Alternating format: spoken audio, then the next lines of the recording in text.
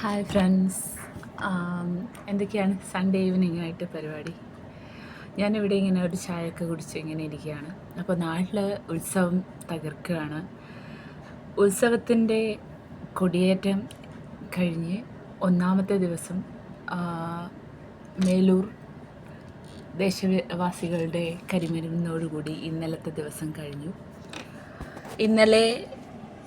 ഇന്നലെയാണ് ദൈവത്താറെ കെട്ടുന്ന ആള് പുഴ കടന്ന് വരിക എന്നൊരു പഴമക്കഥയുടെ അടിസ്ഥാനത്തിൽ ആ ഒരു വരവ് ഇന്നലെ കഴിഞ്ഞു.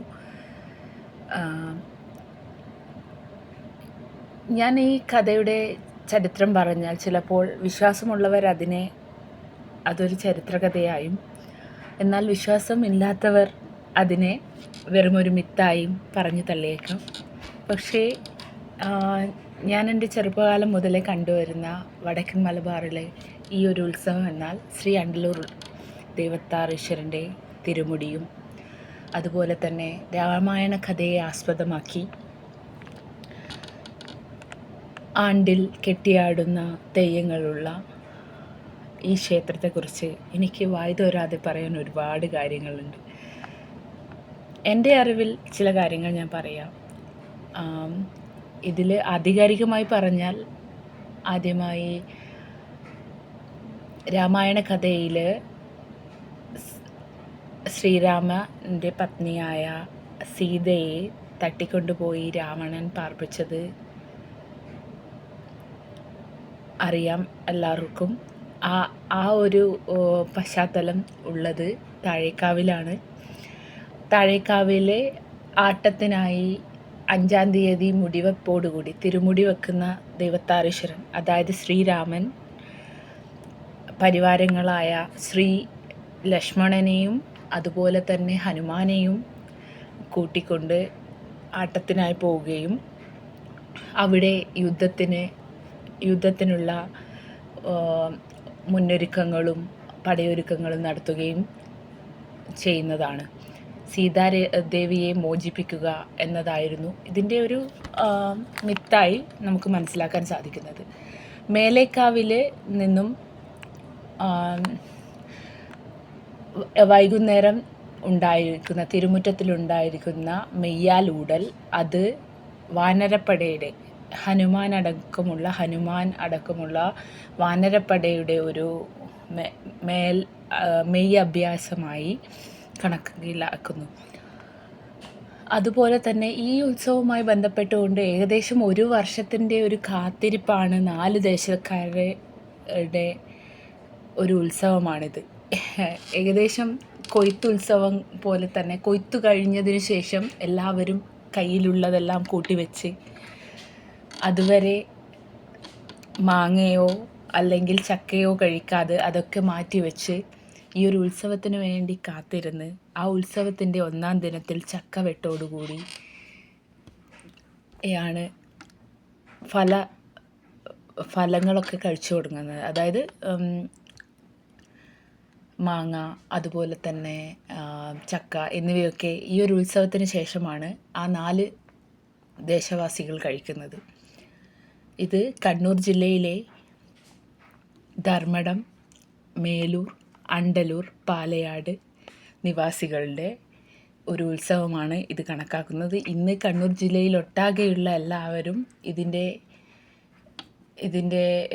പ്രശസ്തി പറഞ്ഞ് കേട്ടറിഞ്ഞ് വരികയും സന്ദർശിക്കുകയും ദർശനം നടത്തുകയും ചെയ്യുന്ന ഒരു സ്ഥലമായി മാറി. ജാതിമത ഭേദമന്യേ ഏത് മനുഷ്യർക്കും അവിടെ വന്ന് വണങ്ങാവുന്നതും അതുപോലെ തന്നെ അവിടെ വന്ന് പ്രാർത്ഥിക്കാവുന്നതാണ്. ഉത്സവം കണ്ടു മടങ്ങാവുന്നതാണ്.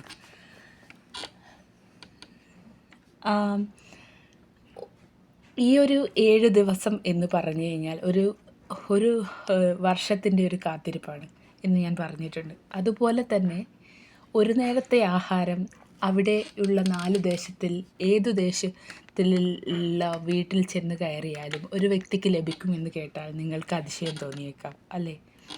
എത്ര അപരിചിതനായ വ്യക്തി പോലും ആ ഒരു ദിവസം ആ ഒരു പ്രദേശത്തെ ഏതൊരു വീട്ടിലെത്തിയാലും ഒരു നേരത്തെ ആഹാരം ഒരു മടിയും കൂടാതെ അവരെ അതിഥിയായി സ്വീകരിച്ചുകൊണ്ട് നൽകുന്ന മനസ്സുള്ള നാട്ടുകാരുടെ നാടാണ്.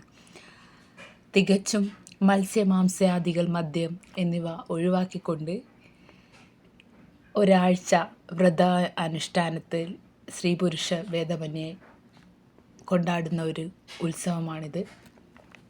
ഇതിൻ്റെ ഒരുക്കം എന്ന് പറഞ്ഞു കഴിഞ്ഞാൽ സാധാരണക്കാരായ ജനങ്ങൾക്കിടയിൽ അവരുടെ ആകെയുള്ള സമ്പാദ്യത്തിൻ്റെ ഒരു തുകയാണ് മാറ്റിവെക്കുക. എൻ്റെ കുട്ടിക്കാലത്ത് എന്ന് പറഞ്ഞു കഴിഞ്ഞാൽ ഞങ്ങൾക്കൊരു പുതുതായൊരു ഡ്രസ്സ് കോടി എടുക്കുന്നത് ഈ ഒരു തിറയോടനുബന്ധിച്ചായിരുന്നു.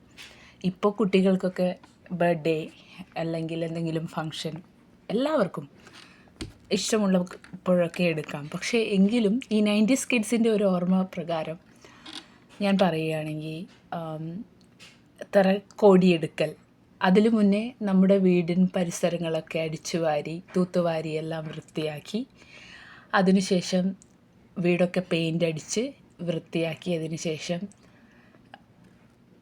തറയൊക്കെ ചാണകം കൊണ്ട് മെഴുകി വൃത്തിയാക്കി പരിസരമൊക്കെ എല്ലാം ശുചീകരിച്ച്, പിന്നെ അതുവരെ മത്സ്യമാംസാദികൾ കഴിച്ചിരുന്ന പാത്രങ്ങളൊക്കെ മാറ്റിവെച്ചു. പുതിയ പാത്രങ്ങൾ, മൺകലത്തിലാണ് ഭക്ഷണം പാചകം ചെയ്യുന്നത്.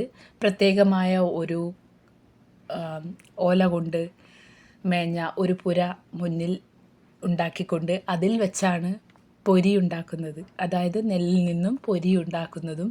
അതുപോലെ തുടർന്ന് ആണുങ്ങൾ, അതായത് വീട്ടിലെ ആണുങ്ങളെല്ലാം മെയ്യാൽ കൂടൽ എന്നൊരു ചടങ്ങുണ്ട്.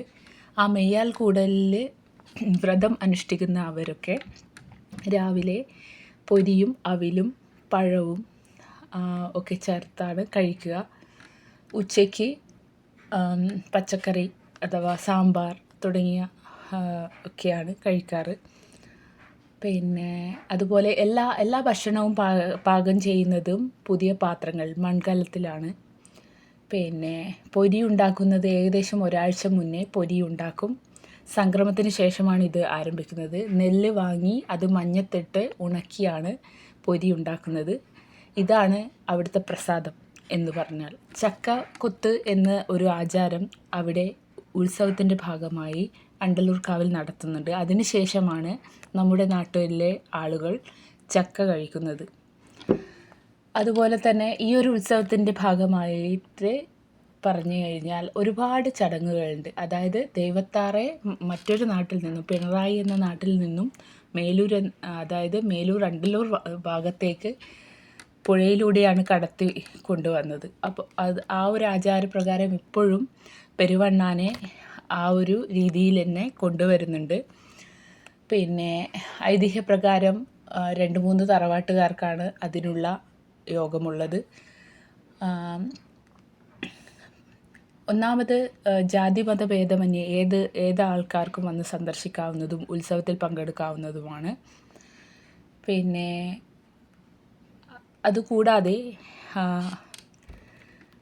അതുകൂടാതെ തന്നെ ഏതൊരു വ്യക്തിയും ആ ഒരു നാട്ടിൽ ആ ദിവസം എത്തിയാൽ ഒരു ഗ്ലാസ് വെള്ളം അല്ലെങ്കിൽ ഒരു നേരത്തെ ആഹാരം അത് അവിടെയുള്ള വീട്ടിലുണ്ടാവും.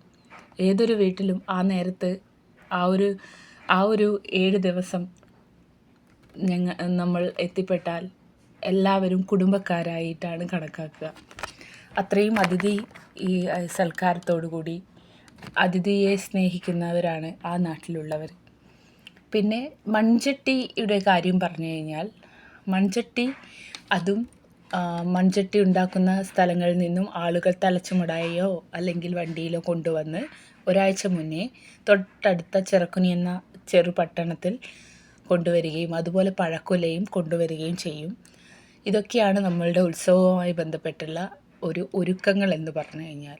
എല്ലാം പുതിയ സാധനങ്ങൾ, പ്രത്യേകിച്ചും ഇത് ഒരു തരത്തിലുള്ള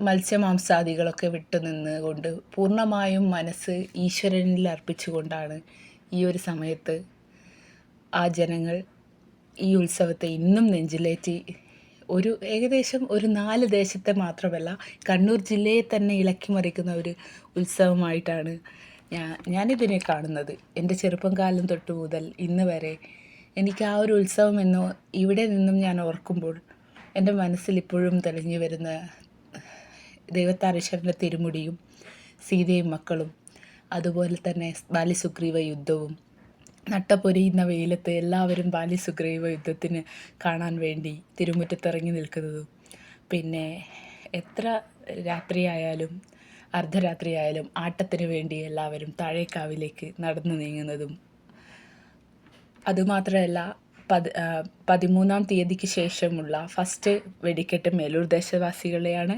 തുടർന്ന് അണ്ടലൂർ, പാലയാട്, ധർമ്മടം എന്ന് പറഞ്ഞുകൊണ്ട് ഓരോ ദിവസവും ഓരോ ദേശക്കാരുടെയും വെടിക്കെട്ടോടു കൂടിയാണ് ഉത്സവം. ഉത്സവത്തിൻ്റെ അവസാനത്തെ ദിവസം ക്ഷേത്രം ഭാരവാഹികളുടെ വക നയനമനോഹരമായ വെടിക്കെട്ടോടു കൂടിയാണ് ഈ ഉത്സവം സമാപിക്കുന്നത്. ഇനിയും ഏറെ പറയാനുണ്ട്. ഇനി അടുത്ത വീഡിയോയിലാട്ടെ. ബായ്.